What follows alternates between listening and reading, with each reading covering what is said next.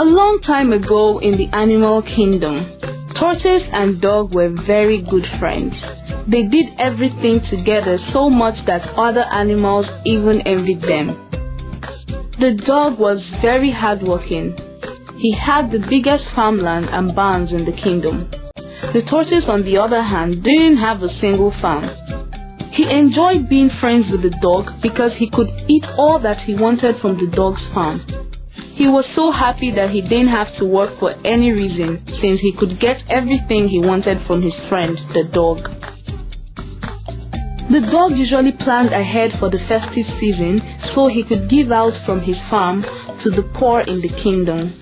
The tortoise, on the other hand, kept advising the dog not to give out any of his farm produce so they could have it all to themselves. "Don't give out the farm produce. We would have nothing left for us to eat," said the tortoise. "Don't worry, my friend. We have so much, and even if we give some out, I have 2 other barns that we could eat from," said the dog. The tortoise was a very greedy animal, so he wasn't happy with the dog's plan. How could he give the other animals the farm produce when we could have it all to ourselves, and we would never even have to starve? And being a cunning animal, he said to himself, "I need a good plan. I must do something about this. I must take enough for myself before he gives it all out."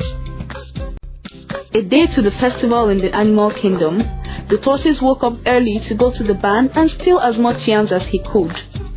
The tortoise carted the first set away. He took so much that it made him really slow, but he felt he had enough time since it was still very early. He went again for the second and the third time, carting away more farm produce than he needed.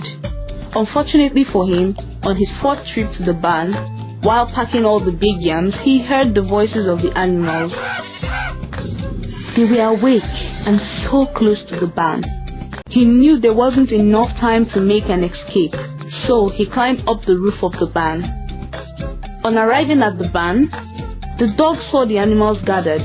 He opened the door and saw that the neatly arranged stacks of corn, yam, cassava and other farm produce had been scattered, and most of it had been stolen.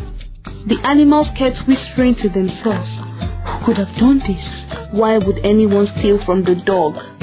By this time, the tortoise was already getting tired of holding on to the wooden beam. He got weaker and weaker, and the dog and other animals refused to leave the barn. He couldn't hold on any longer. His fingers slipped, and he fell from the roof and landed on his back so hard that it broke into many pieces.